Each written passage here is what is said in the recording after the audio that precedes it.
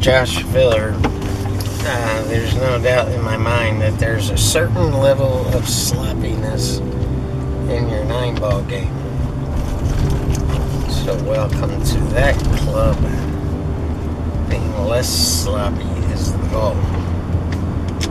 So that's what this video deals with, sloppiness. So when I get sloppy in this rack, we're going to stop the video and analyze a better way, a less sloppy way to do things. Sound good? And if you are Josh Filler, well, it's time for you to post up some money. You got the 8-ball, Josh. Bet what you want. I'm kidding. Gee, don't spread that around. I cannot beat that guy. He's a machine.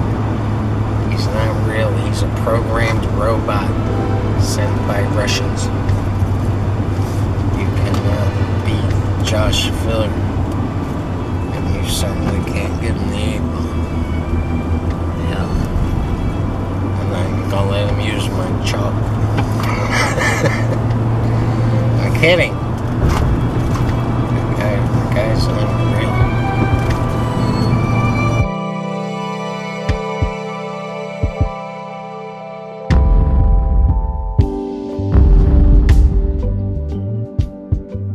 Hey, let's take a look here. This is a better view of this table. I think I zoomed in a little bit on it.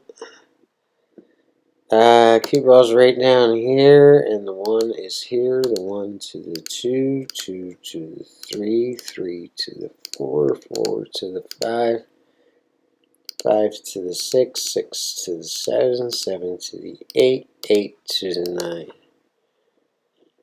9. We have some issues here, but we're going to roll through them. I have an angle on this one. This one does go by this 8-ball, but this 7-ball does not go by the 8. And you don't get all the way to the 7 to play a combination. So we need to get up behind this 7, and we can't shoot it in this side either, because the 9-ball's in the way. So getting from the 2 to the 3-ball's in a weird spot.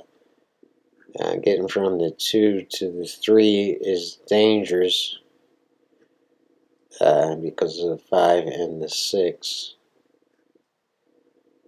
So yeah, you're best off getting center table on the 3, but toward this side of the center table, and just taking the cut shot. That's definitely an issue. Alright, let's go ahead and start rolling and see what comes up. This is just a stun shot out toward the center of the table for a shot on the 2. And it would have paid to get up a little bit closer to this 2-ball. Yeah, this is dangerous. You're going to have to put some right-hand English on this and come back up and just barely miss the 6. Well, see, now the 7-ball. Well, you never want to hit another ball on the table unless you're trying to do that. Yeah, once again, instead of trying to get right back up on this 3-ball, you're better off staying to this side of the center table. Yeah, be careful here. And well, it's center table, but it's not close enough to this side. So now I have a really difficult cut on this 3. The good news there is the 4-ball is makeable from almost anywhere on the table. We just don't want to get behind anything. So let's... Why did I jump ahead?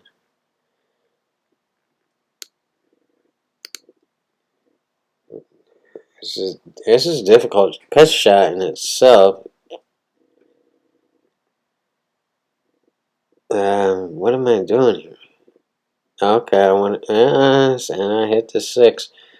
That was not smart.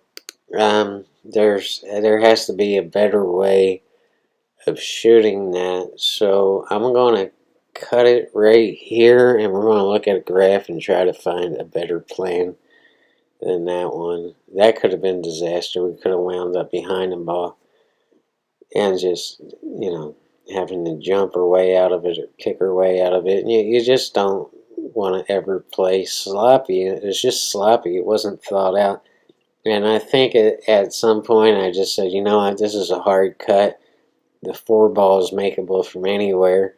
So let's just focus all the energy on making that ball. And that's the right thing to do once you have a plan that's going to work. You don't want to throw away the cue ball, putting all your energy into making the ball. Anyway, let's cut there and figure it out. You can say I shot the 1 and the 2 ball wrong, and I should have got further over to this side of the table so I wouldn't have had to shoot this 3 ball so hard to cut it in the corner. And with that, I could have just trickled back up the center table or even come up under the 9 ball and shoot the 4 ball on the side. Yeah, but we're here, and what's a better plan? Here's what I wound up doing. I put a lot of left-hand English on it. I had to shoot it hard or else the 3 ball would not have made it into the corner, and I wound up coming off this rail, and coming back and hitting the 6, which then hit the 5 ball. And I was lucky to get a roll out of it and survive, and then I had to wedge this 4 ball into this rail and draw it out and go 3 rails. Actually, it went 4 rails back on the 5 ball. Oh, you didn't see that part of the video yet.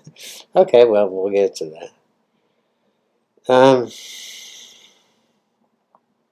What's a better way than shooting this 3 rails and letting the cue ball loose and banging in the other balls? We could put a whole lot of right-hand English on this, shoot it just as hard and kill that angle, and come back and try to hit the 9 ball, use the 9 ball for a stopper. The chances are it's going to hit either this side of the 9 ball and go up that way, or this side of the 9 ball and go down this way. Still, I think that's a better plan than hitting the 6 and the 5 and just cutting the cue ball loose. You never ever want to cut the cue ball loose. So if I had taken a little bit more time on this, it wouldn't have been so sloppy. I usually don't cut the cue ball loose ever, but I did on this shot, thinking, well, I can make the 4 ball in the corner or in the side pocket. No, it's no big deal if I hit another ball. That's the wrong way to think. Yeah, I think a better plan is to put right-hand English on this and just try to kill. And while you're killing that angle, the natural angle is going to want to go that way. And then you're forcing it this way. That will also slow down the cue ball to where, you're not coming off this route 1,000 miles an hour and just banging in the balls and coming up anywhere. So if you miss the 9, well, you're actually liable to scratch if you miss the 9. So that's not a good plan. The best plan I can say is go back to the 1 ball and the 2 ball and do it right. Find a better way to shoot those balls and don't get in this position on the 3 ball. As ridiculous as that sounds, that's the correct way to think. So, but we got here. Let's continue with the video and do the best we can with it. Alright, so we're back, and now we have another issue getting back on this 5 ball, we have a relatively thin cut on the 4. So try to look for a path here, and I can tell you I'm going to go 3 rails, but it's probably not the 3 rails that you're thinking of. You actually have to force this 4 ball into the side by hitting it full. You don't want to try to skim this 4 and use this rail to bounce off this rail and this rail. Because you're really apt to scratch if you do that. It's not going to skim the 4 and go through it, it's going to scratch. So you have to force this 4 off this rail and draw the cue ball off it down to this rail, and back up, back up table for this 5 ball. So this in itself is a little bit sloppy and a lot could have went wrong. So I'm on a sloppy streak here. But I mean, once again, I'm not a top level pro, so this is what we do, and this is why we're not top level pros. We're a little more sloppy, The agenda is to get less sloppy as we progress. This is just a stun shot off this rail and back up off this 6. You got to hit this hard because of the angle, and that worked out great. And remember here, we have to get below the 7.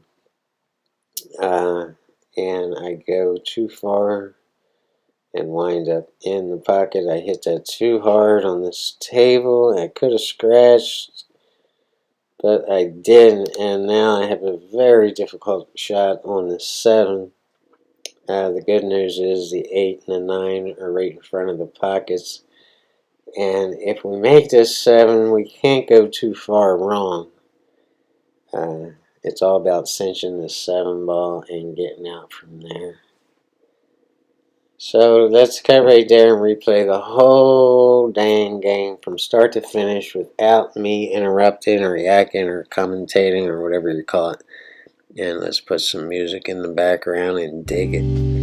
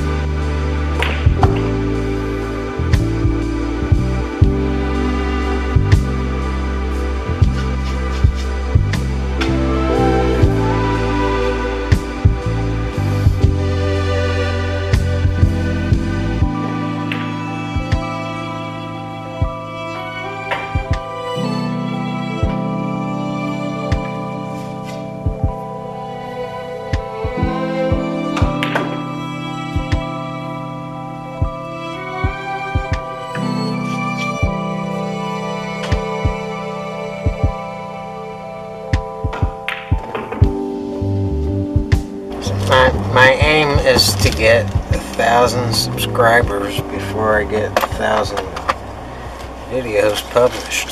1,000 videos published, which will be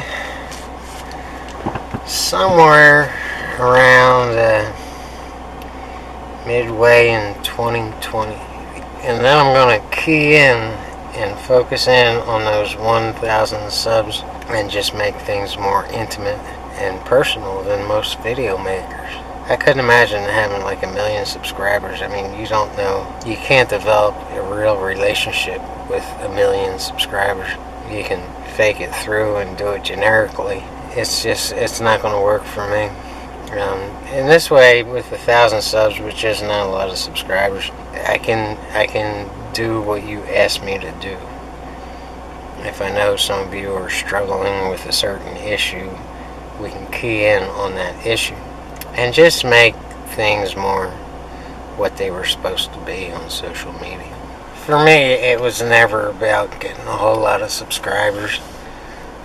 If I was trying to get a whole lot of views and a whole lot of subs, I'd be making videos on the very basics of pool, because this is the 3rd highest participation sport in the world, which means there's millions and millions and millions of people who play it on some level, but most of that level is beginner players, so that's where most of your traffic is going to come from if you're trying to get subs. So it's like how to make a bridge, and that's just not my audience. I'm trying to find advanced pool players who are trying to break through ruts. You get to a level in pool where you're not getting any better, and a lot of people just don't know how to break through that and get to the next level. So that's who I'm trying to reach. These are actual literal pool players who reach maybe a 5 or 6 in APA league handicap system. No matter what they do, they can't reach a 7, or they can't just break out of the mold and become pros or road players or whatever. So that's who I'm trying to help, and hopefully that's you. And I just want to form this niche, this small internet niche of us taking it to another level. So I've said before that these videos are not planned. I just kind of let them create themselves and just go out and film, and issues come up that I know people are struggling with. So they don't have to be planned to key in on certain viewers. So in other words, if I'm out filming and I come across an issue that I know Jack and James are struggling with, chances are more of you are struggling with the same problem, because we're all basically on the same page. And I can key in on those viewers and be like, okay, Jack, this is the issue that you're dealing with, and I want to show you how to conquer that, and just make videos that way. And that way I don't have to plan them, and it all becomes more organic and natural with a purpose. So I can have the best of everything while helping the viewers. To me, it's all about helping people. It's not about making millions of dollars on YouTube. I'm never ever gonna make millions of dollars on YouTube. It's not the purpose. It's the purpose for a lot of video creators, but it's not my purpose. I don't need YouTube to make a lot of money. I'm not sure anyone on YouTube has done what I'm trying to do here. To dub yourself an instructor or a teacher, or a place on YouTube where you can learn things, is to say, I know more than you, so you need me to come to my channel and I will tell you what's right and what's not right. I'm not really doing that. So if the viewer says, I don't know, so I'm going to Fred's channel and find out, and Fred says, I don't know either, then the viewer leaves and that's it. So the viewer goes and finds a channel that deals with what he wants to learn, and that instructor or teacher or YouTube channel says, I know this and you don't, so I'm gonna tell you how to do it. With my channel, it's more of the viewer comes to me and I don't know how to do this, and I'm saying, well, I don't know either, but let's try this and see if this works. Or what do you think of that? Well, that didn't work, so let's try this. Let's figure it out together. So it becomes more of a partnership thing of helping each other than, well, here you are, viewer. I play, like Jason Shaw, and you don't, so I'm in charge of you. That just seems really arrogant to me. And you should probably take a good look at these people making all these videos and ask yourself, are these guys winning tournaments? Are they good enough to be making these videos telling me that they know more than me? I mean, take a good look. Write down their names and figure out where they live and find out how good they really are. That's what you should do. But I know people won't take the time to do that. And it's easier to dub yourself king teacher. And they're not king teacher. If they're not a top level pro, and I don't know of any top level pro making YouTube videos, then really they're just kind of making it up as they go. They're playing a role, and I find that role really dishonest and just phony. Think about it. So 1,000 subscribers, 1,000 videos, and that's it. Let's just key in on each other and take each other to